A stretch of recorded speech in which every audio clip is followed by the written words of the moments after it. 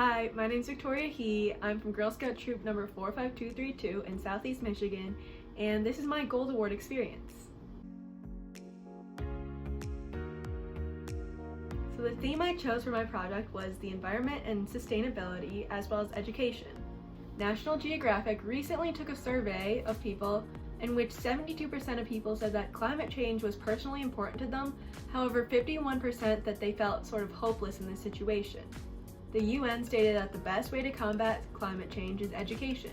This is why I chose to do an environmental fair for my project. The idea was that I could have various organizations come in and teach the surrounding community about different ways that they could help alleviate the effects of climate change. To pull off this project, I first had to assemble a team.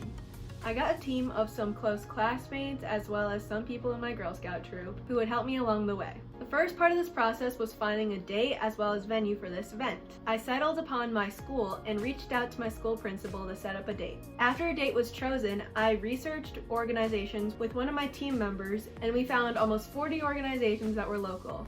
We reached out by email and call to all of these organizations and got some interest. After setting up a few presenters, we started on advertising the fair. I reached out on social media, newspapers, as well as the local news to help spread the news of my fair. I also reached out to libraries and went to hang up posters in public places. At the same time as advertising, I also had to go and find sponsors to help pay for some of the supplies for the fair. I drove to many stores and reached out to corporate organizations to ask for donations. I did not need a ton of money for these supplies, so after 2 sponsors agreed, I stopped my search. With the money, I bought signs and banners as well as boards for the fair. A few days before the fair, me and some team members worked to create boards with additional information such as types of pollution, how to compost, and ways to recycle. On the day of the fair, we all went 2 hours early to set up the venue as well as help the organization set up. When everything was ready, we waited for the people to arrive. The fair was filled with many fun and interesting tables that had lots of hands-on activities. For example, DTE brought a lot of solar-powered toys as well as models showing how energy is created. Another cool exhibit was by Drummond Carpenter Engineering and Research. They brought a simulation of a green roof and showed how green roofs can reduce the amount of pollution and runoff by filtering the water as it runs down the roof instead of picking up the pollution. Friends of the Rouge also brought a huge 3D diorama which showed all of the highs and lows of the land. With this, they could show how water travels through the big waterways such as the Detroit River and how easily the waterways could be polluted. There was also other organizations that showed you what kind of materials could be recycled, and Michigan League of Conservation voters brought petitions for people to sign and taught people their impact on lawmakers' votes on sustainability.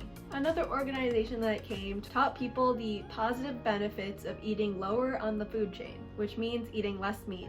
Tzu Chi Buddhist Foundation showed some of their products made from recycled plastics, and they also signed up volunteers for their cleanup projects. These were just a few of the cool organizations that came.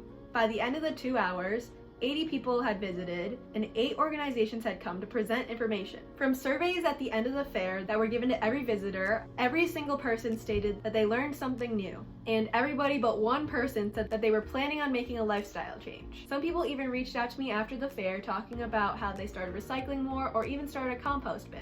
I also had a second part later on where I partnered with Michigan Youth Empowerment to pass out masks to people in the surrounding community that were in need. I helped advertise this service on the app Nextdoor and received many requests from people in my surrounding cities. Me and a group of 5 teammates delivered to the cities Farmington, Farmington Hills, Commerce, West Bloomfield, White Lake, and Livonia. We delivered 460 masks, which included a senior house as well as 52 residential homes.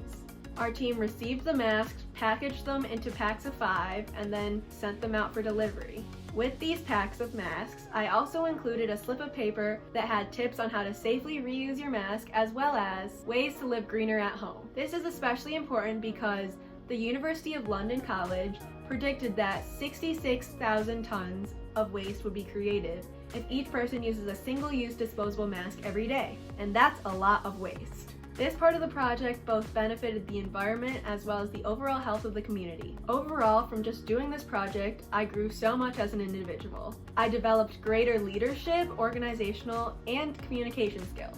Having to lead my team forced me to stay organized as well as communicate better to all of my teammates.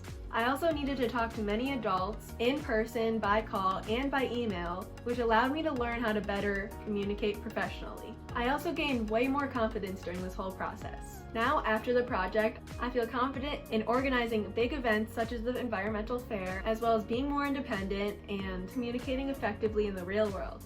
I'm really glad that everybody who came to my fair or received masks learned something new and was willing to make changes. If we all do our part, we can help slow the effects of climate change and cut down the amount of carbon emissions. Thank you so much for learning about my Gold Award experience, and I hope it helps with your award or inspires you to make a change. Thanks for watching. Bye!